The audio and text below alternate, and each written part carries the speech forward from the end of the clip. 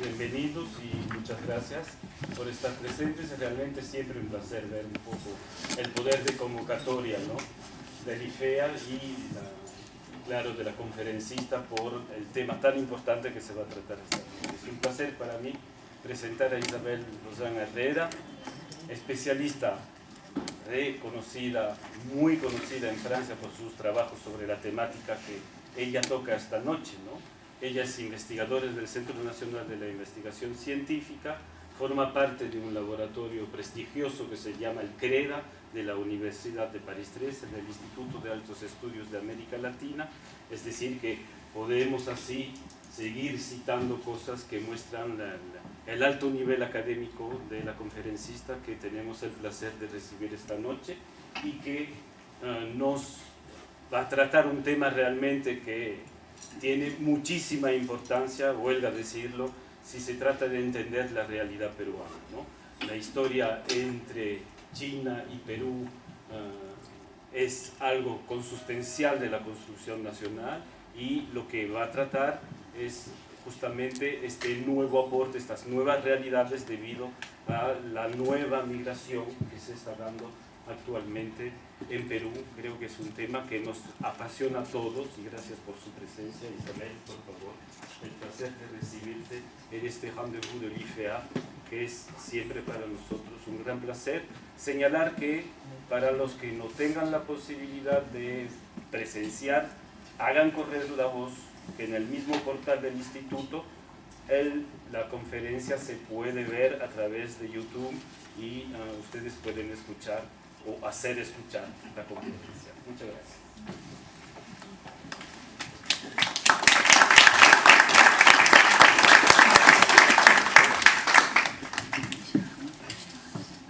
Quisiera, ¿me escucha? Ya, primero quiero agradecer al Instituto Francés de Estudios Andinos por su invitación, así que a ustedes por su presencia. Primero le voy a decir, no me gusta hablar en público. Soy bien habladora en privado, pero en público es otra cosa.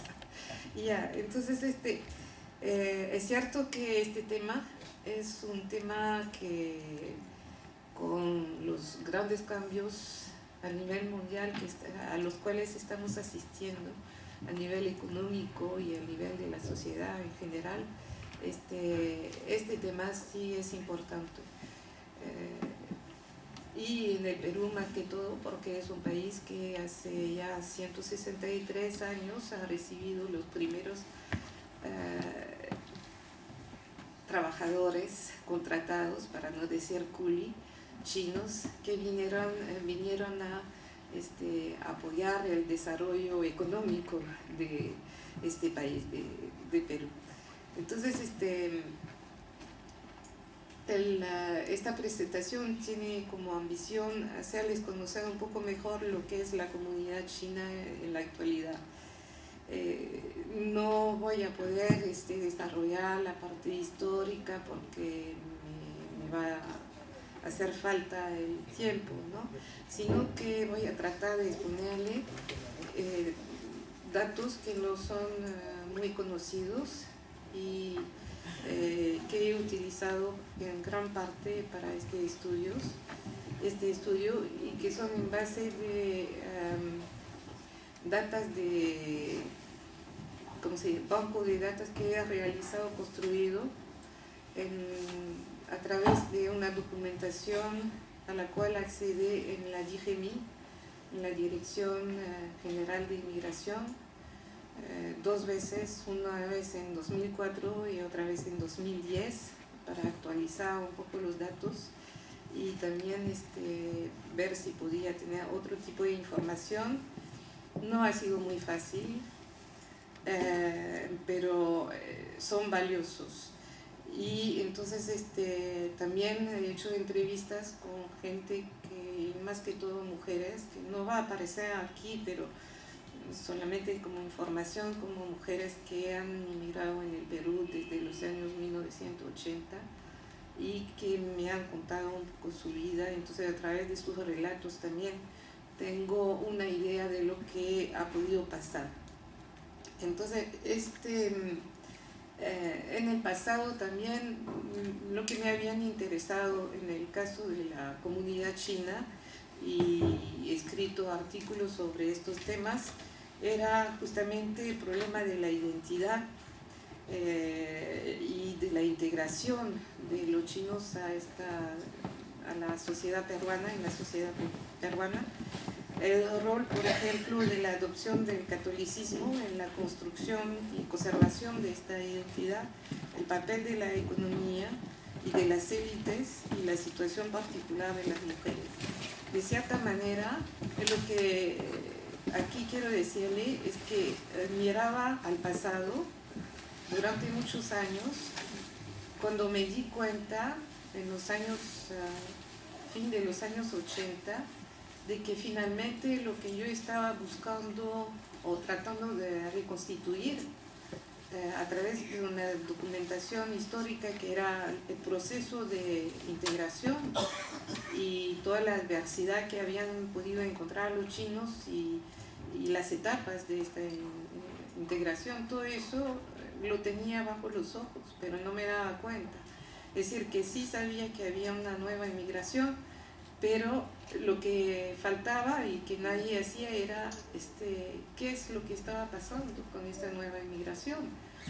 Es decir, yo tenía que retomar los mismos temas que lo que había visto para el estudio histórico y ver, justamente yo tenía esa suerte, era ver qué es lo que pasaba actualmente con las mujeres, con las élites, con los problemas para venir en el Perú, con un montón de cosas que ya era como un ciclo, volvía en la escena peruana.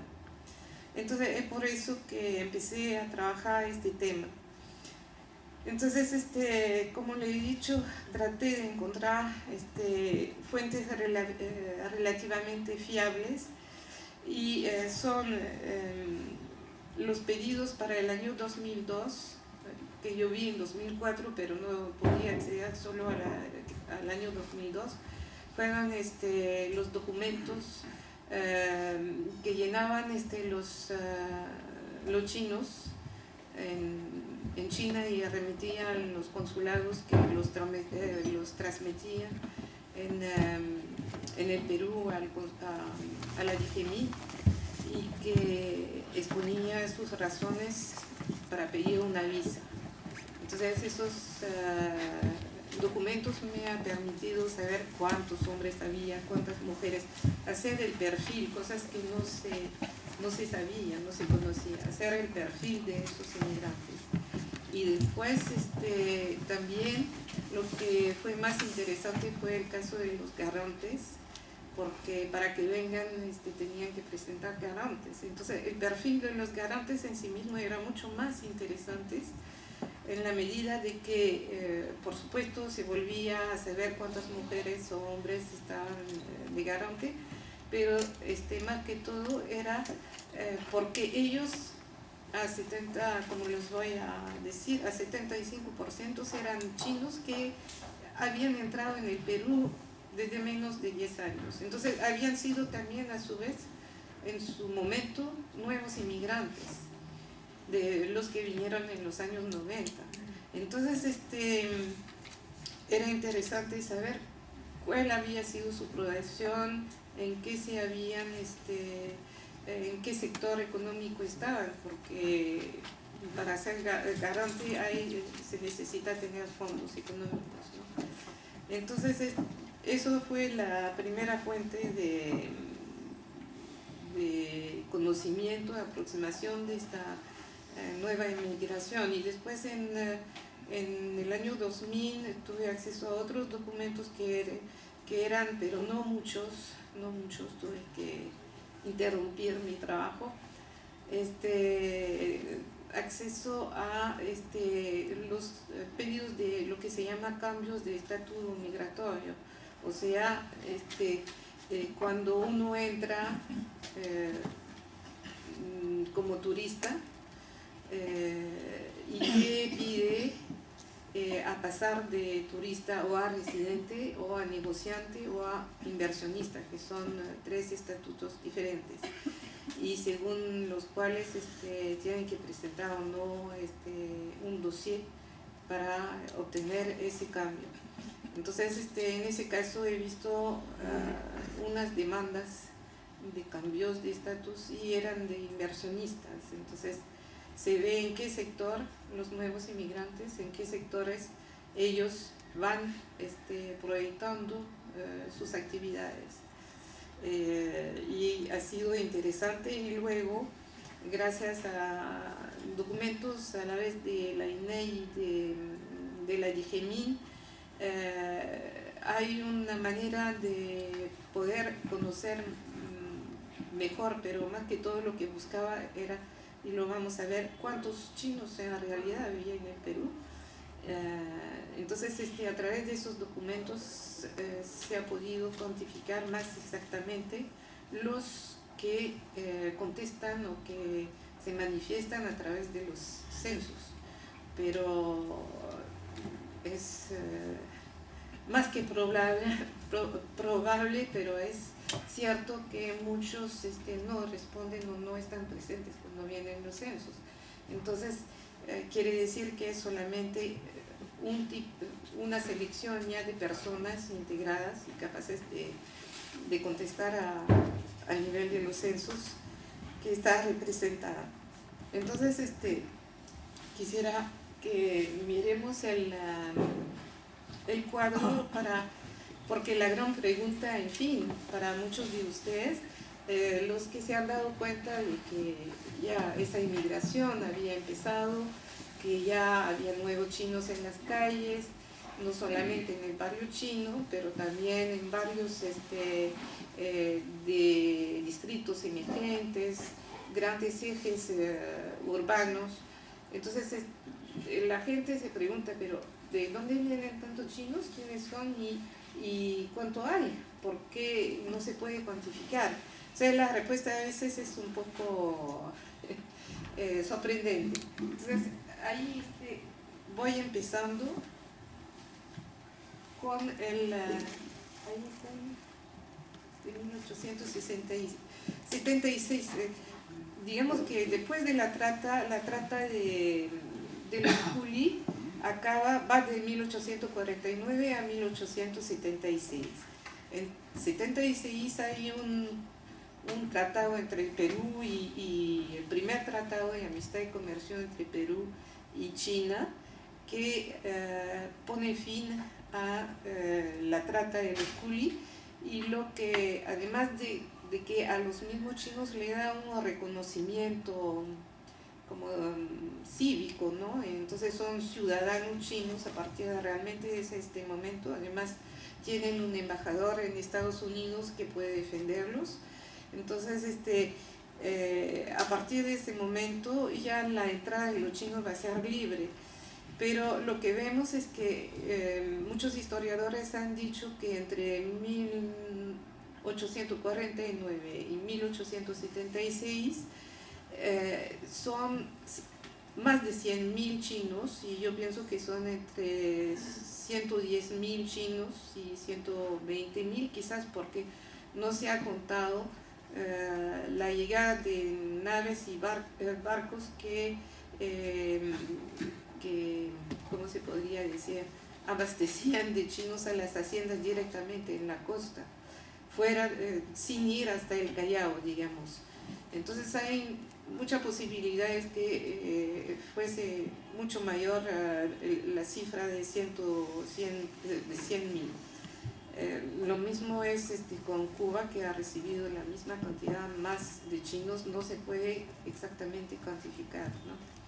Entonces, lo que vemos es que al fin de la trata de los culi solo quedaba 49.779, digamos 50.000 chinos, para una población en la época de 2.700.000 habitantes, y había concentraciones muy fuertes, por ejemplo en Lima había 10% en la época de los habitantes que eran chinos.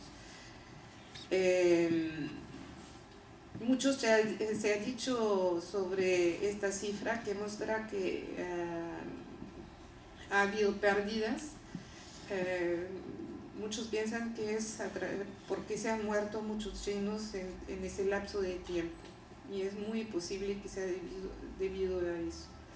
Después, en el Perú no hay censos hasta 1941, y la pérdida a nivel de la población china es mucho mayor. Cae a 10.915 chinos según el censo nacional, y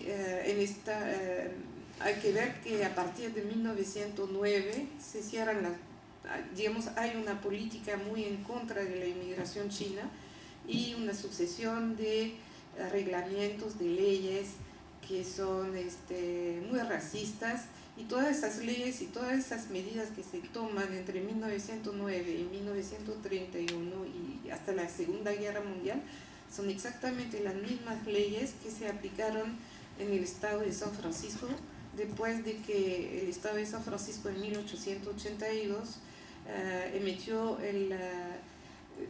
se llama el Exclusion Act. Es decir, que a partir de este año se prohibía totalmente la inmigración china, y se empezó también ¿cómo se dice? Expulsar a los chinos hacia México. Y después hacían túneles para pasar otra vez a Estados Unidos. Así empezó la inmigración ilegal de México a Estados Unidos.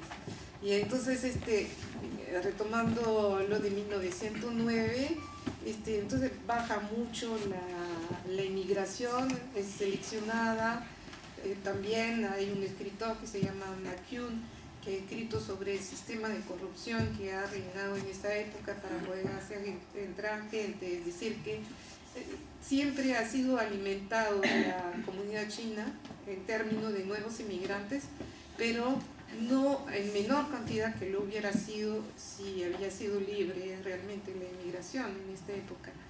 Pero ha habido trabas, y poco a poco se ha ido reduciendo el número de chinos natos, o sea, nacidos en el Perú. Y eso se ve en 1949 con el número de chinos que han muerto de vejez y el hecho de que no se ha renovado la comunidad. Después, en 1972, también hay una caída brutal del número de los chinos. Esta vez se debe siempre al envejecimiento, porque no hay nueva inmigración. China ha cerrado sus puertas. En China popular, en 1950 ya nadie puede entrar, entonces no hay nuevos inmigrantes. Además, a partir de 1975, como muchos peruanos, hay bastantes chinos también que tenían bienes, haciendas o grandes propiedades que están afectados por la reforma agraria, y empieza justamente un tipo de inmigración que hasta ahora dura, que es una salida hacia Estados Unidos y Canadá. Muchos se han ido, por ejemplo, en esa época en Vancouver, después se han pasado en otras ciudades de Estados Unidos, porque la vida en Vancouver es muy cara. Entonces, muchos se fueron y no hay renovación de la corriente migratoria. En 1991, es peor todavía, quedan 1.714 chinos. Y es el primer censo en que se hace la distinción entre los chinos de la República Popular China y los de Taiwán. En esa época son 523 de Taiwán, pero hay que saber que dentro de la población taiwanese o con pasaporte taiwanés hay muchos chinos de la República China, sino que han pedido la nacionalidad de Taiwán cuando en 1971 el Perú reconoce a la China popular y que ocurre una gran fisura, digamos, al interior de la comunidad china. Entonces, unos prefirieron tener un pasaporte taiwaneses en esa época. Después, 1993, la cifra, el número de chinos va volviendo a crecer. La nueva inmigración de la cual vamos a hablar empieza a partir de 1980. Todo el mundo sabe que en 79-80 China abre de nuevo sus puertas, tanto a nivel económico que a nivel de la inmigración. No mucho, porque siempre hay controles y hay problemas para lo de la inmigración, para salir del país es muy difícil.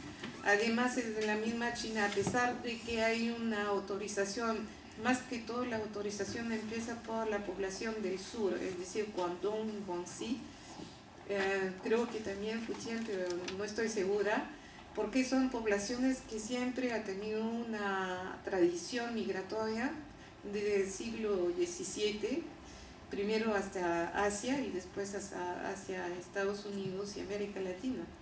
Entonces a ellos sí, ellos son más privilegiados y pueden salir más temprano.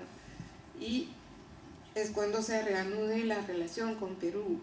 Entonces en 1993 ya había empezado la inmigración, la nueva inmigración de los cantoneses, que son este grupo mayoritario que está en el Perú desde 163 años, pero sí había empezado también una nueva inmigración que es la de la gente que viene de Fujian, es decir, es la provincia que está al norte, pegada al norte de la de Guangdong, y los fujianeses son, no hablan los mismos dialectos, hasta el Hakka, que podría ser común, es un Hakka diferente a la frontera entre Fujian y Guangdong, y el Hakka que es hablado también en la parte sur del Guangdong, de donde vienen los inmigrantes actuales. Y entonces la comunicación es más complicada. Ellos hablan también otro dialecto, Xiaozhou, y otro más que me voy a recordar. Y entonces es una acumulación de dos tipos de nuevos inmigrantes que a partir de los años primero 80 y después a fin de 80-90 están presentes en el Perú. Sinceramente, esta cifra de 3.728 chinos en 1993 es muy baja en relación a la inmigración que la gente ha podido observar.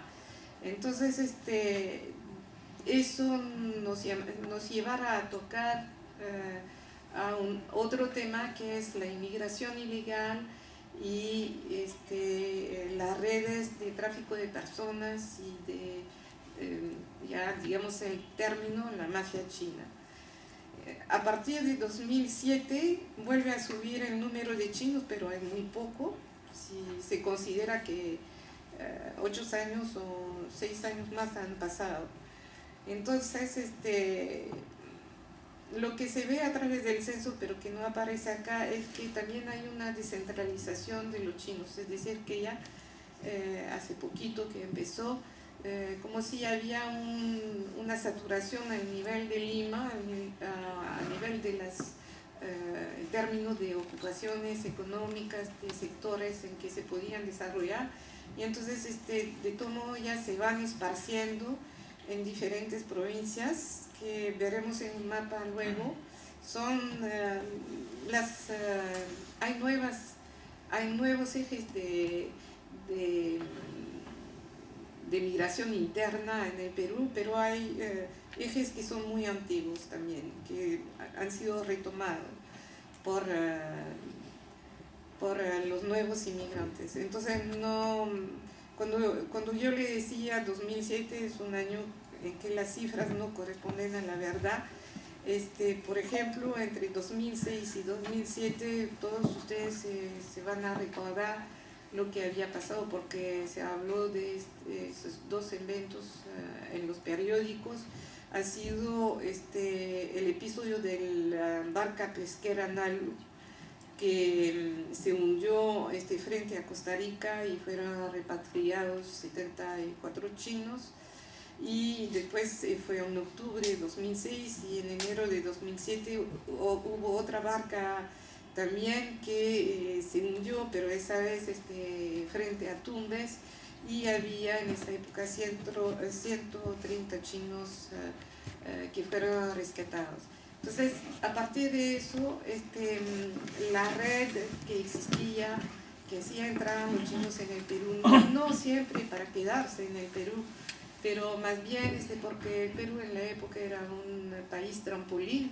Entonces esa red desvió sus rutas y hubo un periodo en que hubo menos problemas de este tipo, pero como las rutas cambian cada rato y que las cosas se les saben después, no sabemos en qué está ahora la situación.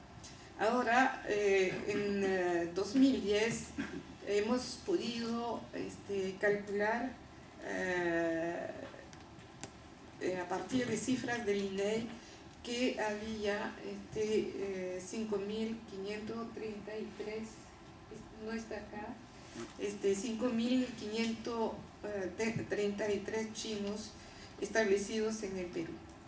Ahora bien, para que se den cuenta del problema de las cifras, cuando yo estuve en 2004 en la DGMI, había pedido al responsable de naturalización del sector estadística que me saque el número de cifras, el número de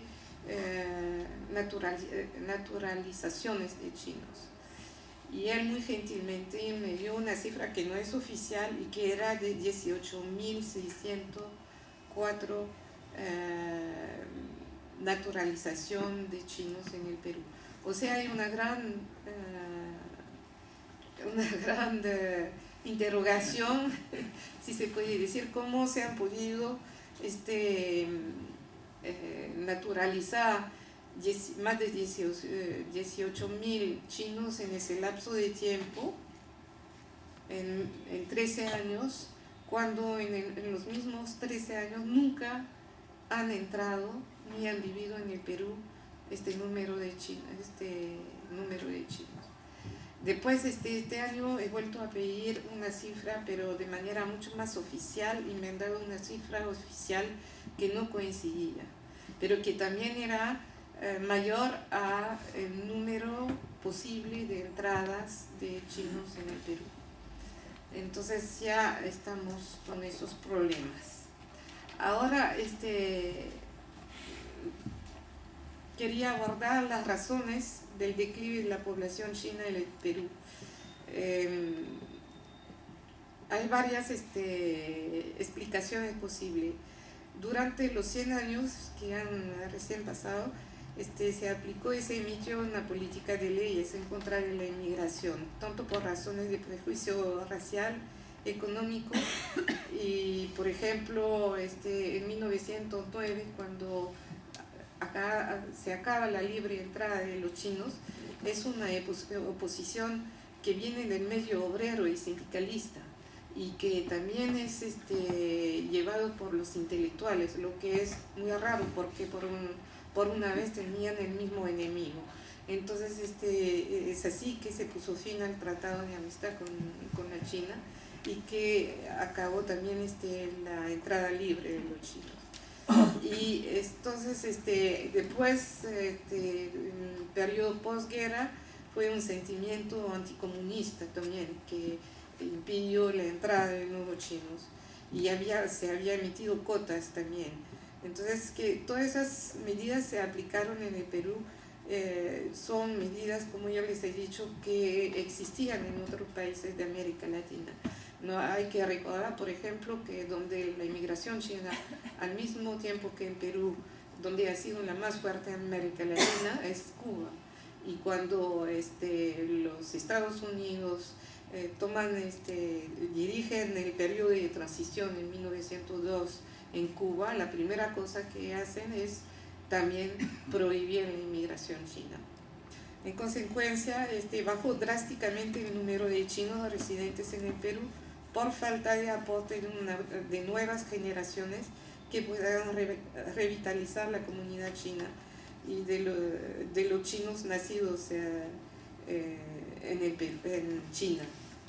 Y siempre ha habido una inmigración silenciosa que pasaba las fronteras, es decir, que sí ha habido barreras, pero usted siempre va a encontrar una persona que va a decir que su tío o su abuelo ha venido, pero ha venido en periodo en que era prohibido. Entonces se pregunta cómo. Entonces muchos dicen que han entrado por la frontera ecuatoriana y que muchos estuvieron un tiempo en Guayaquil, muchos chinos que tienen familiares en Guayaquil, y también por la frontera sur, pero más por Guayaquil. Entonces eso permitió que no desaparezca totalmente con el tiempo la presencia de los chinos legítimos, digamos los chinos natos en el Perú, pero no fue tampoco suficiente para pedir su lenta disolución, ¿no? Por el otro lado del Pacífico, en la China, tampoco los chinos no facilitaron la salida de sus nacionales, ¿no? Entonces, por ejemplo, la familia de los chinos de ultramar en una época fueron castigados, humillados públicamente. Entonces, de la misma manera, por el lado chino había manera de escaparse, pasando por Hong Kong o por Macao, y hay también chinos que lograron entrar en el Perú pasando por esas rutas. Entonces, este cuadro también nos hace poner dos preguntas. En estas circunstancias, ¿cómo sobrevivió la comunidad china en el Perú? Y la otra es cómo puede ser que en 2007 en el Perú solo se ha podido contabilizar a 3.450 chinos. Yo pienso que ustedes están de acuerdo conmigo pensando que es muy poquito, ¿no? Entonces,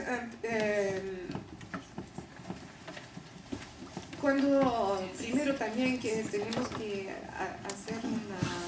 dar una precisión. Cuando hablamos, acabo de emplear esta palabra, la comunidad china, cuando utilizamos este término, estos términos, en la realidad hay una equivocación, porque cuando hablamos de comunidad china, para los peruanos la comunidad china es el conjunto de todos los chinos, es decir, el chino nato, los descendientes de chinos, el barrio chino, los dragones, es algo como una imagen, como un todo, ¿no?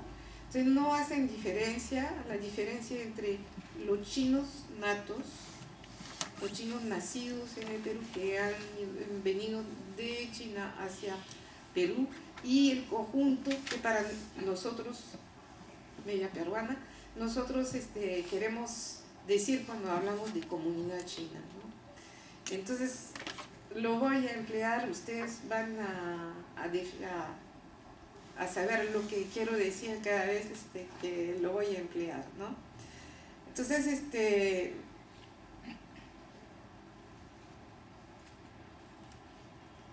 también quizás es el momento de hablar haciendo esa distinción de los Tuzán.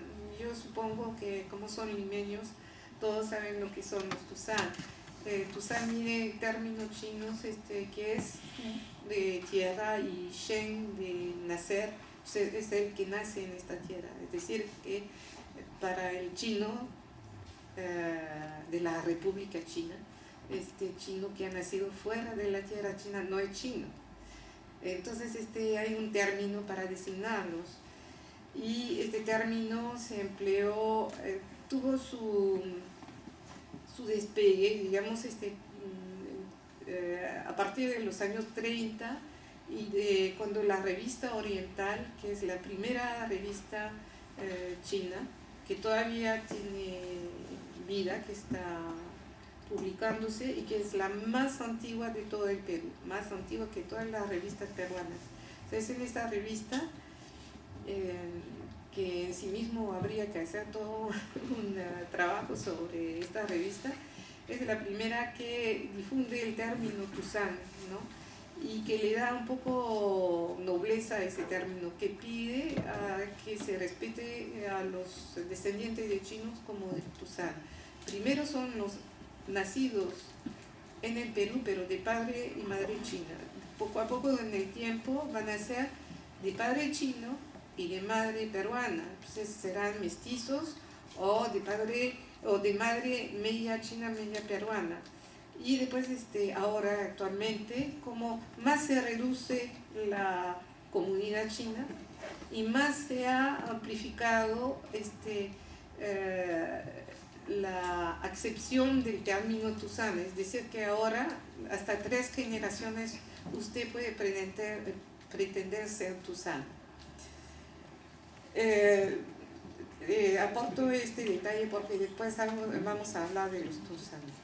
Entonces, ¿cómo ha podido, volviendo a nuestro tema, cómo ha podido sobrevivir la comunidad china con tan pocos aportes nuevos, ¿no? Entonces había estrategias matrimoniales, porque los chinos siguiendo practicando matrimonios entre descendientes es una estrategia que permite a los chinos que no podían ir a la China a casarse o que no lograban hacer venir una esposa china, que les permitiera reforzar el carácter identitario chino de su descendencia y que de alguna manera por el padre chino de la mujer se reforzaba también el parentesco chino, muy útil y apreciado para los inmigrantes. Y esta práctica, que empezó muy temprano, apenas llegaron y se amancebaron los chinos acá en el Perú. Yo lo he visto para los años 1870 en pueblos de la Sierra Central y lo he publicado, toda la estrategia. Y esta práctica en ciertos medios sociales, más que todo elevados, ha permitido y permite todavía de reforzar un grupo de gente de ascendencia china y que defiende la identidad china de cierta manera. Después, ¿qué otro factor ha podido permitir que la comunidad china siga viva, digamos? Es la gran, ¿cómo se podría decir? Los chinos se convirtieron al catolicismo a partir de los años 1860 en gran cantidad. Es un fenómeno que no se conoce bien porque intervienen los hospitales y las hermanas de la caridad, que son francesas, también en parte las misiones extranjeras que estaban en China.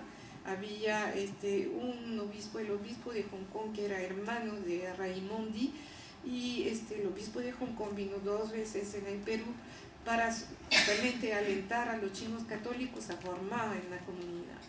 Y casi lo lograron, sino apoyado por el gobierno peruano. Fue durante la guerra con Chile, pero intervino la embajada china que estaba en Washington y les impuso otro sistema de organización justamente para escapar a esta catolización de los chinos en esta época. Y entonces, pero a partir de ese momento, y gracias a una persona que es poca conocida, que se llama la Beatita Dominga Gascón, ha habido un gran número de chinos que se han convertido y que han empezado a formar comunidades católicas, que sean mujeres católicas, también hijos. A principio han sido jesuitas, pero después, a partir del momento que los jesuitas regresan en el Perú, Después, mucho más temprano, a partir de 1861, cuando también entran y se forma la vicaría china acá en el Perú, a manos de los franciscanos. Entonces, esa, ¿cómo se podría decir? Encadrement, ¿cómo se, alguien sabe? Encuadramiento.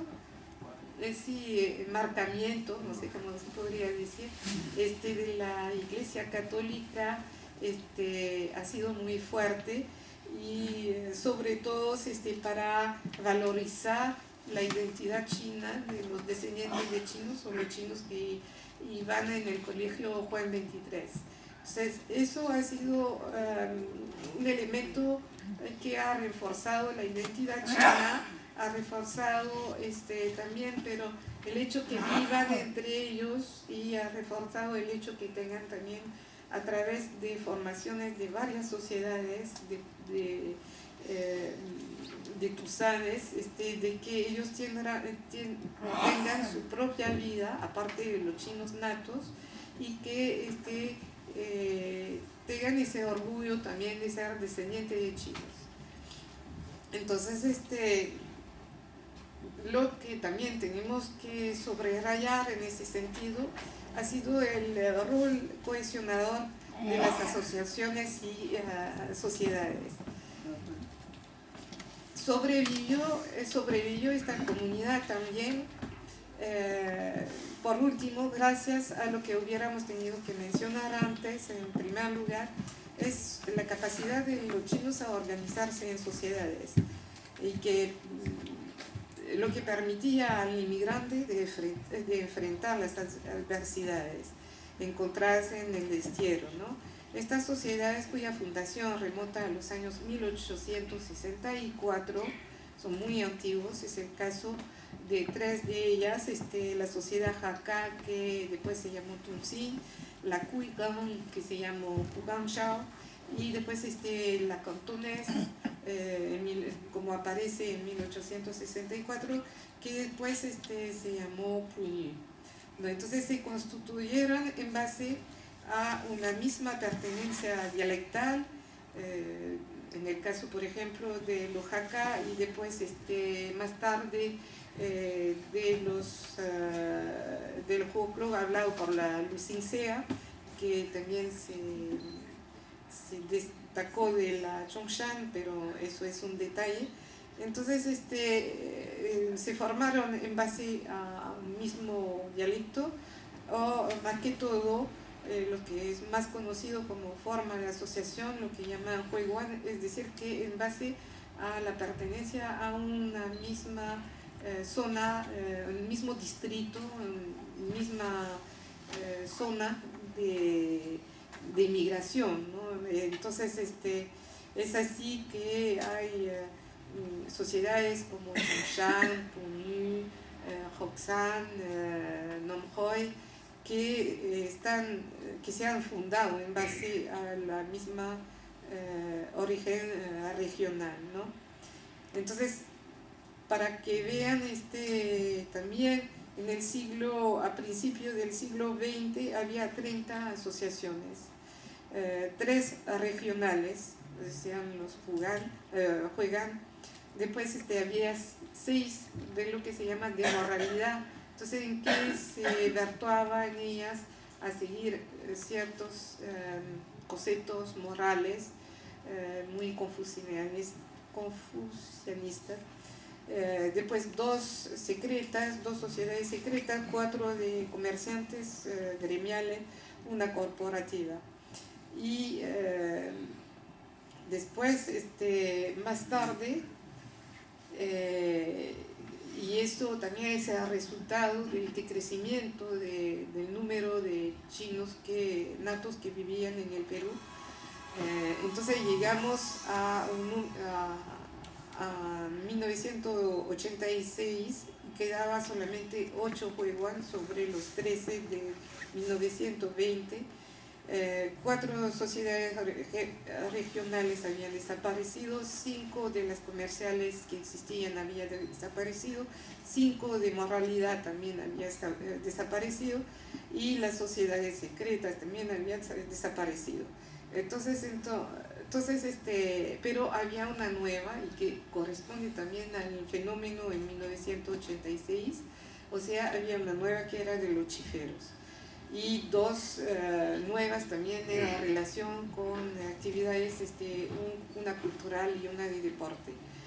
Y en este documento del año 86 aparece que había 10 sociedades en el norte del país, 7 al sur y 3 en el centro. Pero no se puede comparar porque no se tiene cifras por los años anteriores. Entonces, entre los años 80 y 2000, muchas asociaciones que son la base vital de la vida de la comunidad china habían desaparecido y cerrado sus puertas y actividades por falta de nuevos miembros, por falta también de entradas económicas, porque todas están sostenidas por los miembros. Y se ha visto, por ejemplo, sociedades que todavía existen, como la de Namjoy, pero que queda adormecida porque no hay los medios económicos para realmente mantener una actividad y mantener los locales también, el costo del local. Entonces, eso, pero hay muchos de los limeños que van al barrio chino que ni se dan cuenta de la vida asociativa, que ni conocen, quizás conocen el templo Tunsin, porque muchos van todavía, porque ahí los peruanos van a hacer un sincretismo por Huancón que llaman Sanacón, entonces todavía había gente que lo frecuentaba, pero muchos de los limeños no conocen el gran número de sociedades que había y que hay todavía. También hay que añadir como elemento de cohesión la aparición desde 1800, creo que no me acuerdo, casi 90, creo, 1890 sale un primer periódico que se llama El Internacional, que es constitucionalista en esta época, que no estamos a la víspera de la revolución en China. Entonces hay gente que todavía no quiere separarse del sistema imperial, ¿no? Pero que quieren un poco como el modelo inglés, una constitución. Y después nacen, por supuesto, el Manchimpo, la colonia china. No voy a enumerar todos los periódicos que han aparecido y han sido publicados. Como yo le señalaba antes, la revista Oriental, cuyo hijo del fundador está acá, es realmente un elemento muy importante como guardián de la identidad, en esa época de la identidad china. Y van a sucederse, van a morir bastante periódicos, pero siempre otros van a venir a reemplazar, y en ese momento, desde la nueva inmigración, se han sucedido varios cambios a nivel de la prensa. Han salido como 3 nuevos periódicos. Uno empezó como revista Hora y Diario, y además hay también una prensa gratuita que es la prensa de los evangelistas chinos. Entonces hay una multitud de expresión que con la nueva emigración ya está brotando de nuevo, lo que es un buen signo. Entonces, quiero hablarles de la segunda pregunta que había hecho, era cómo es posible de que solamente haya en 2007 haya solamente 3.450 chinos. Entonces, veamos que en los años 80, al momento que se abren las fronteras,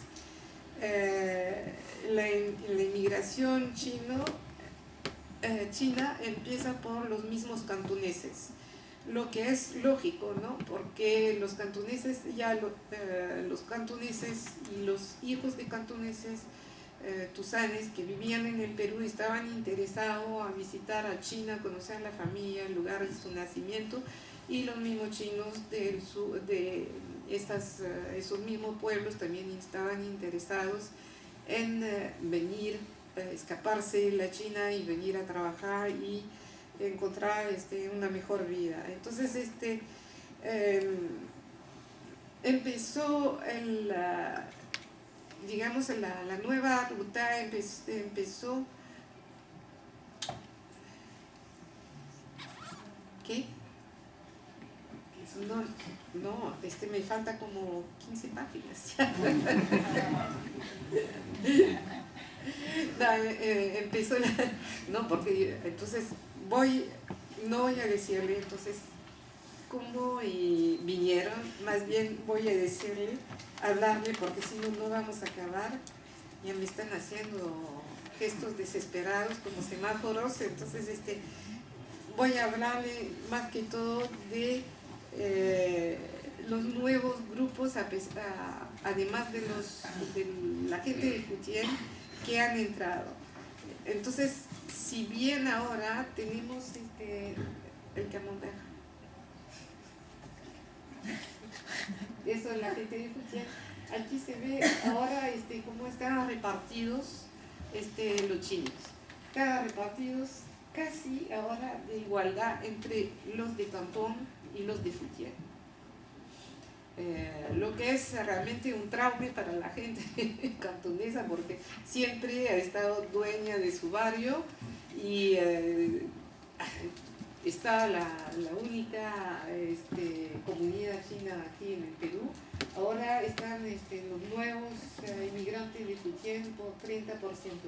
Y los otros chinos provienen de diferentes provincias, y casi todos están ligados a el desarrollo económico entre China y Perú, a todas las oportunidades que da la minería,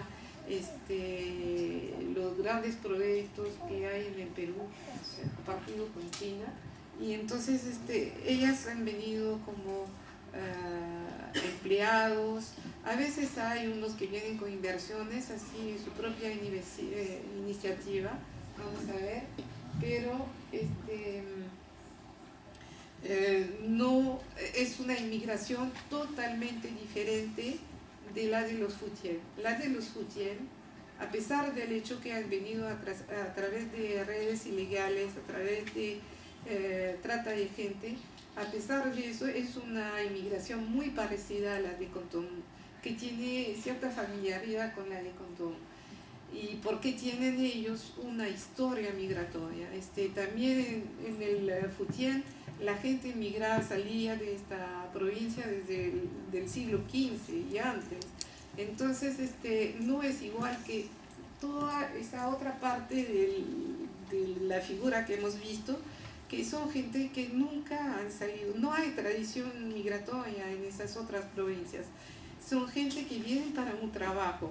Y además, en término, para saber qué término hay que emplear, no se sabe todavía si son inmigrantes, si son residentes, si son gente que transita también en el Perú. Se sabe muy poco. A través de la documentación a la cual he tenido alcance, he podido hacer como un nuevo perfil también, y es hablando de un primer grupo, que es el grupo del Zhejiang, de Shanghai y de Jiangsu. Entonces, si pones el mapa, ya.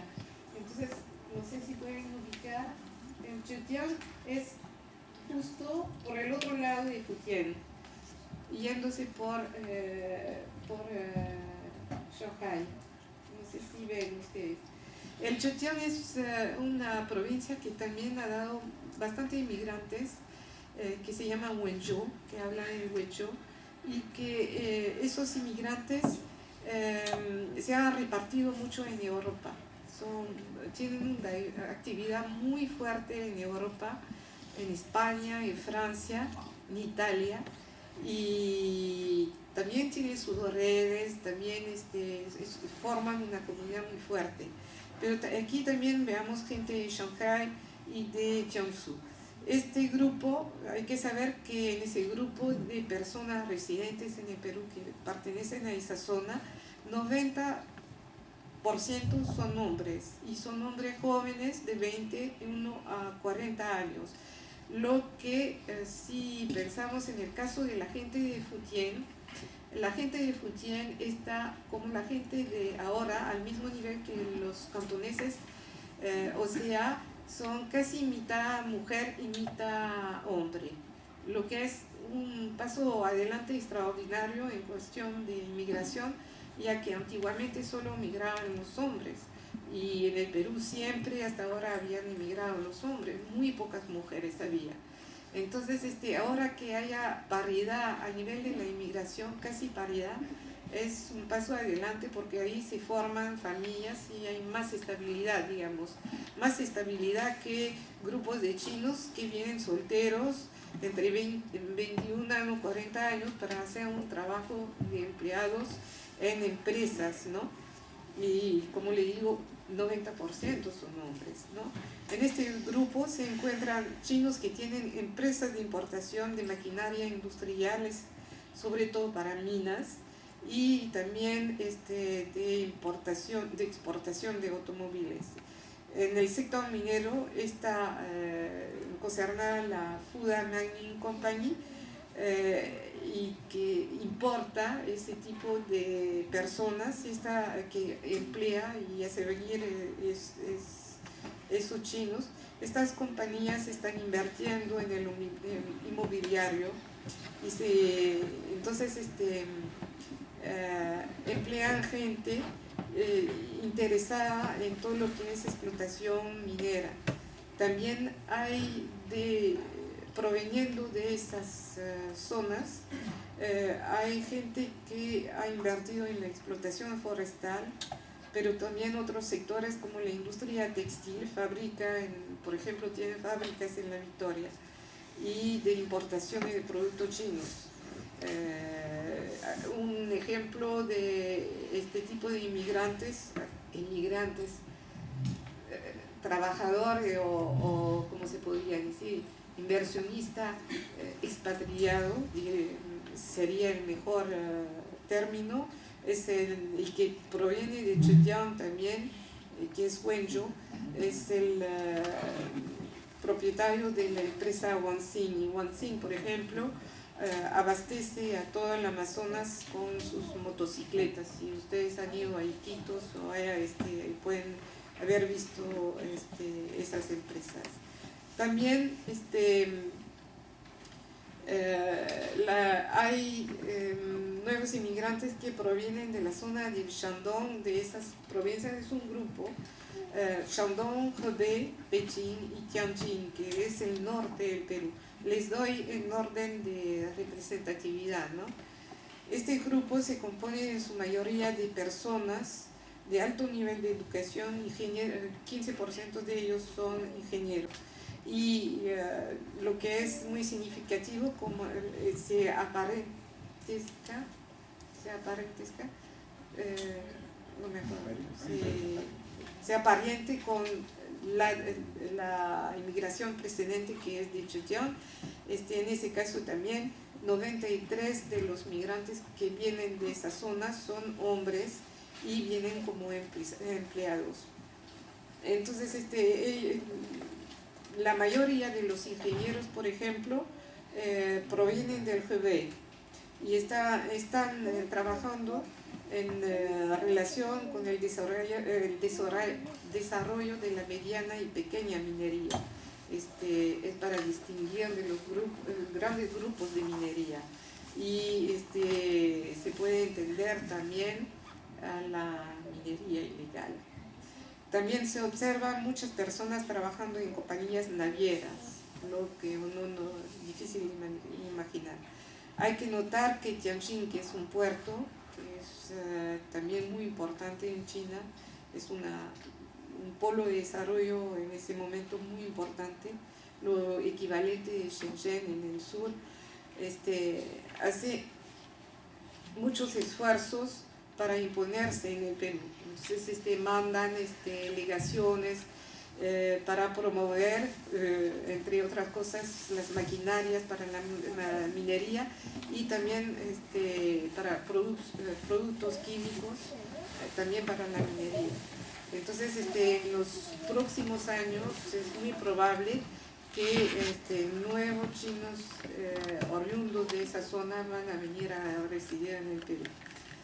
Ahora hay un caso interesante que son las provincias del norte, lo que se llama Dongbei, y que agrupan el Heilongjiang, el Jilin y Liaoning, que son 3 provincias, ¿no? Pero forman un grupo que llamamos Dongbei, y de Mongolia.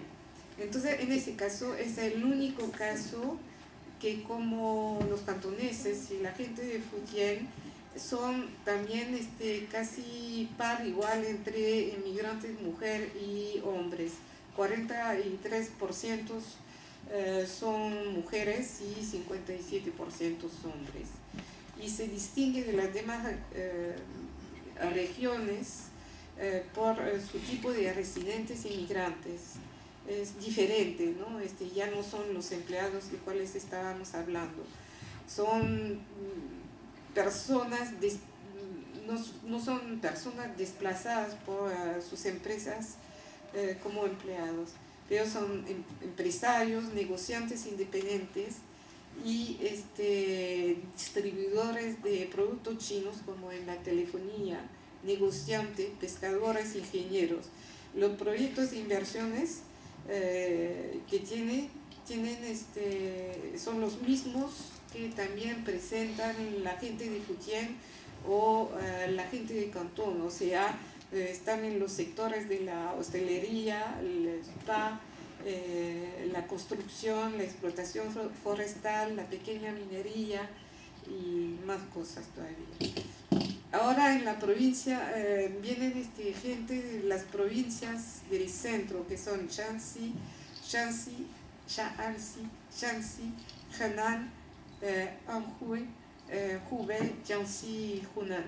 Entonces allí lo que distingue esta población es su nivel muy elevado de educación y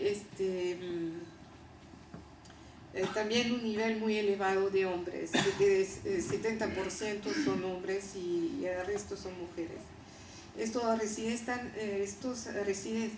residentes están ligados a los grandes proyectos de minería en el Perú.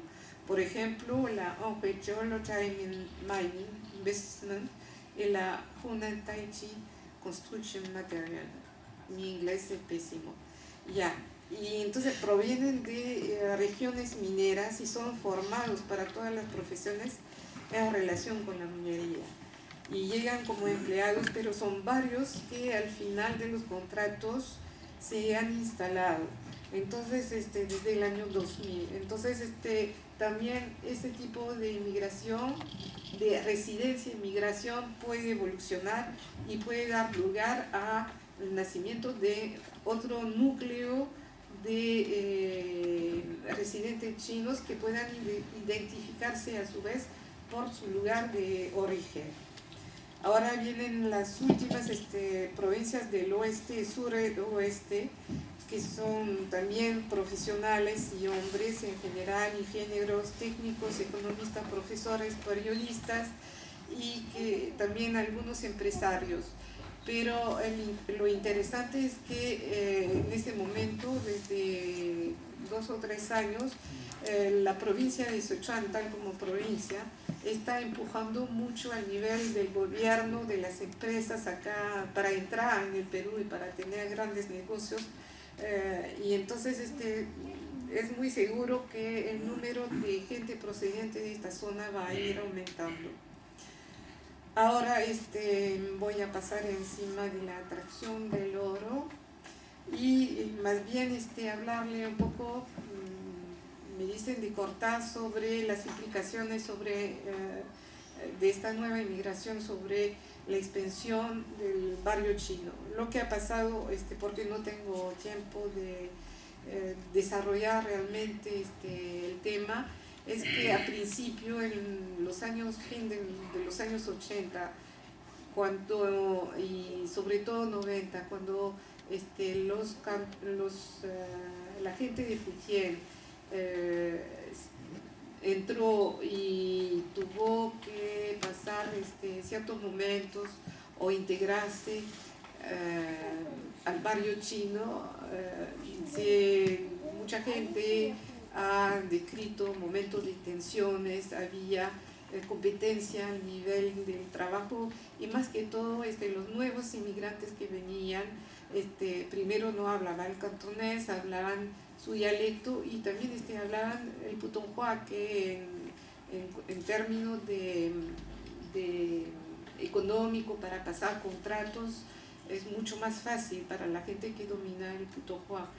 Entonces, a pesar de que no tiene ninguna importancia a nivel del contrato escrito, porque es la escritura la que es común a todos esos pueblos, ¿no?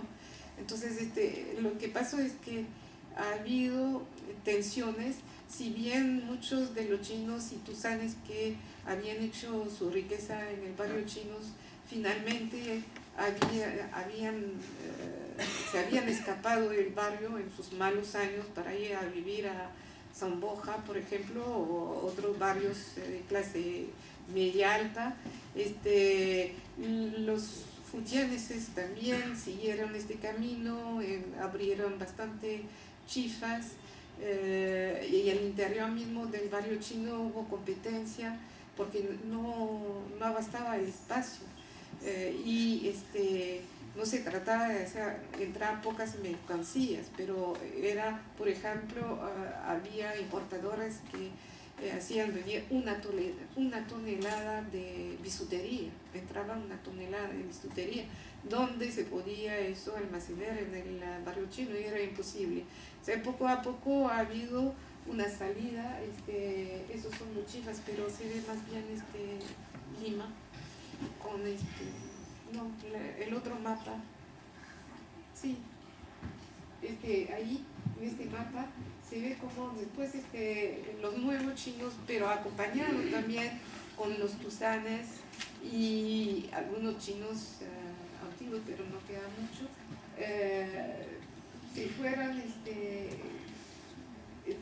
deslocalizando actividades y almacenes en nuevos barrios. Han seguido la progresión de los distritos emergentes, han seguido las vías también, las nuevas vías de desarrollo urbano, y entonces se han implantado de manera estratégica, finalmente donde sabían que el comercio sí iba a funcionar. Y entonces el barrio chino, por supuesto que existe, pero es bien elástico también. Hay que saber también qué es el barrio chino, si son 8 cuadras que son más típicas, o si es todo un perímetro del centro comercial que está en esa zona y que sirve de almacenes y de difusión y de centro de venta de todos los productos de importación china. Entonces también hay que ver en ese sentido, y no puedo desarrollar más porque en signos desesperados. En conclusión, como aparece aquí, la comunidad china se encuentra frente a varios desafíos: seguir existiendo, creciendo, sin perder las raíces que desde 163 años la unen al Perú y hacen que esta comunidad, la más antigua con Cuba, la más antigua comunidad china en América Latina, es muy particular. Era una comunidad homogénea, venían de una misma provincia, el Guangdong, tenían dialectos en común, mismas tradiciones, lazos de parentesco y instituciones de tipo hueguán muy sólidos. ha atravesado con mucha dificultad las crisis peruanas y las crisis chinas, que han cerrado las puertas a los nuevos inmigrantes. Cuando se abrieron de nuevo, pudo acoger parientes del Guangdong o nuevos cantoneses muy alejados de sus preocupaciones. También han tenido que abrirse a la llegada de los inmigrantes de Fujian que se implantaron en los mismos sectores económicos, introduciendo más competencia entre los dos grupos. Normalmente, los fujianeses tenían como destino Estados Unidos y Canadá, pero muchos se quedaron en el Perú sin que sepamos si están en estado de largo tránsito o si desean establecerse definitivamente, como lo podrían indicar el hecho de que han hecho venir a sus familias en el Perú. Su implantación en el país puede deducirse por la presencia ahora de una segunda generación nacida en el Perú. Su relación con la mafia hace que sean no bien aceptados por los mismos cantoneses. Por ejemplo, en los negocios no son numerosas las asociaciones entre cantoneses y fujianeses. A otro nivel, los de Fujian ya tienen su propia asociación con su propio local. Los de Fujian tienen una ventaja en relación con los cantoneses, son más jóvenes, muy móviles, como lo han demostrado desde que llegaron.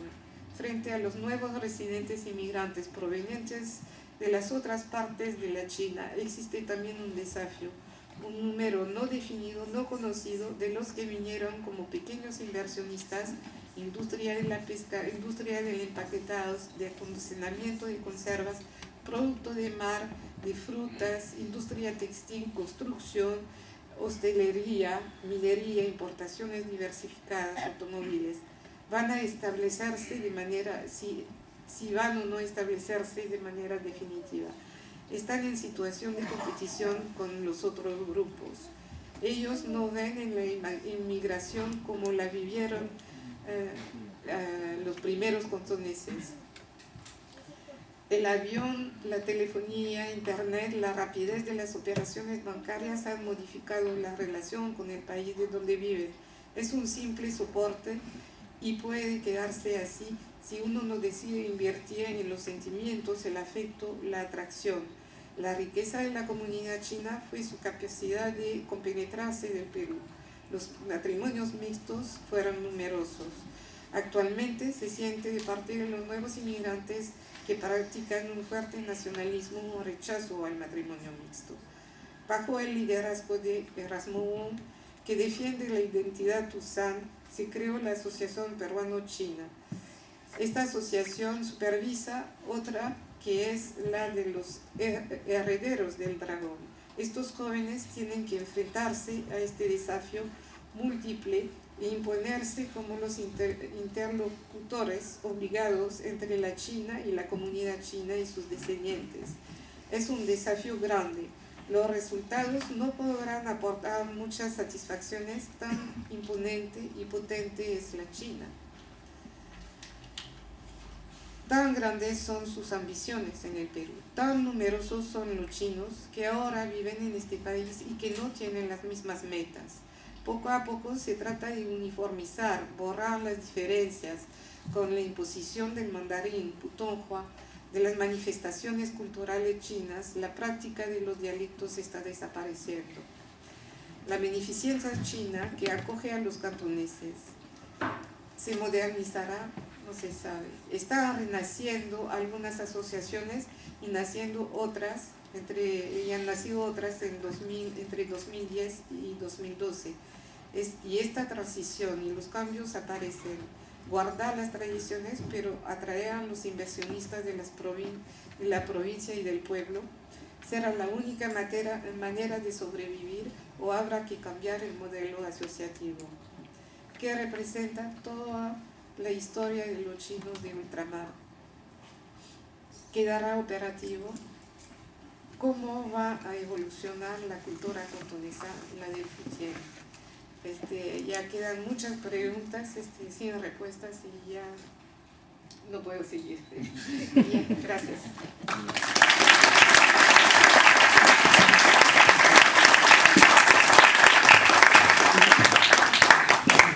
No sé si hay tiempo para preguntas porque... Sí, bueno. Creo que antes del vino de honor, bueno, creo que podríamos aceptar una o dos preguntas rápidas. Lo cierto es que vemos que es un tema inmenso, que las expectativas son enormes, ¿no? Podríamos estar, bueno, dando horas más, ¿no? Sí, falta toda una parte que evaluable. Sí, señor, por favor. Fernando. Estuve recientemente en una conferencia, digamos, de empresarios que veían el tema de las relaciones entre pueblos desde el punto de vista de la economía. Y recuerdo el expositor principal, que era precisamente un francés que vive en Shanghai. Sí, yo estuve. ¿Estuviste, no? Sí, bueno, sí. entonces qué bueno. Sí, me hizo sentir mal. Después Sí. me dices por qué, por favor. Pero la pregunta concreta era esta. Me parece haber percibido que planteó que la inmigración china podría ser, vamos a decir, un aporte interesante para el desarrollo económico del Perú, porque ahora vienen personas con mayor, digamos, capacidad técnica y profesional. ¿Usted cree que esa inmigración, vamos a decir, profesional china, puede producirse en el futuro en el Perú, o existe una tendencia hacia eso, aparte del inmigrante que más bien ha venido un poco a hacer la América, que ha sido el tradicional inmigrante chino? ¿Vendrán más bien inmigrantes con capacidades técnicas que puedan aportar a elevar el nivel profesional y técnico del Perú? Mira, lo que acabo de decir es que sí, va a haber todos esos grupos que hemos identificado, aparte de los cantoneses, de los futienes y de la parte del Dombé, que forman un grupo también especial. Todos esos grupos contienen gente que finalmente no son solamente empleados, pero futuros pequeños inversionistas y que van a venir. Pero lo que a mí me molesta en la fórmula es el paternalismo que hay en esa observación,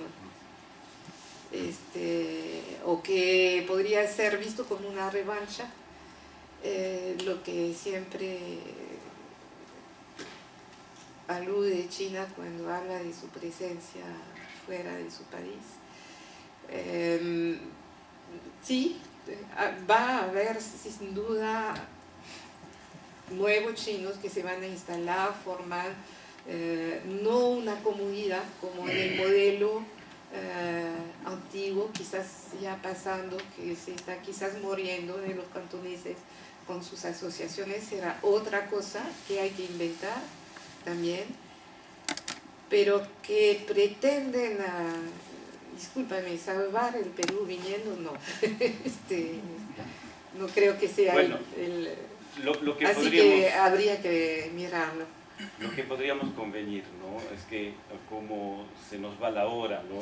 Seriamente, es que tomemos una pregunta más y que en el vino de honor con la propia conferencista se pueda hacer un intercambio muy cordial, ¿no? Señor, por favor. Sí.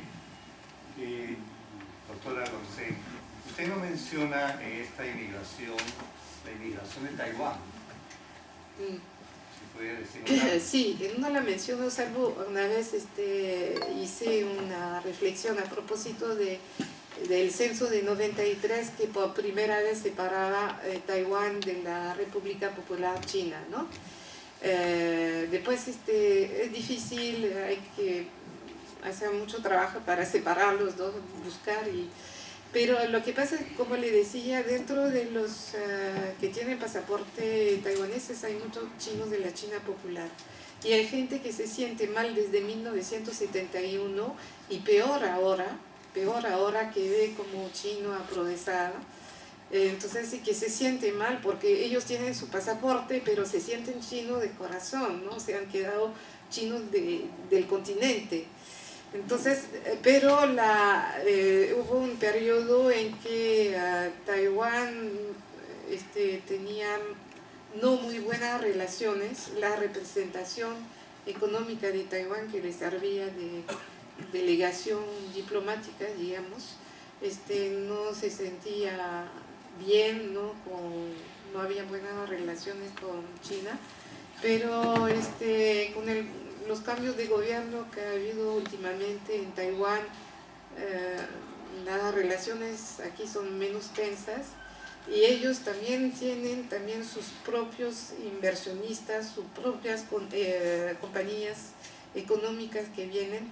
Yo reconozco que no la conozco bien, pero sí tienen también una actividad muy fuerte y son quizás los que mucho más que los representantes de la Embajada de la República Popular China, ellos son mucho más cercanos de la comunidad, la antigua comunidad china, de la gente anciana y todo eso, a través de lo que han compartido en común, que era el Kuomintang. Entonces tienen un lazo muy estrecho con esa parte de la comunidad china a través del Kuomintang. Pero todo eso también, todas esas cosas se van desapareciendo. Entonces, ¿qué va a pasar con la China y Taiwán? ¿Cómo será? No sabemos, ¿no? Pero sí hay inversionistas también y hay un esfuerzo muy fuerte de la presencia taiwanesa para hacer contrapeso a la presencia de China popular, ¿no? Entonces, aquí a Raúl Chang, que es director de la revista Oriental, conoce mejor que yo la relación sobre este tema, ¿no? Si quiere hablar con él, sabe más. Muchísimas gracias. Bueno, porque los rusos están esperando para servir, estamos por la hora justa. Agradecemos de nuevo.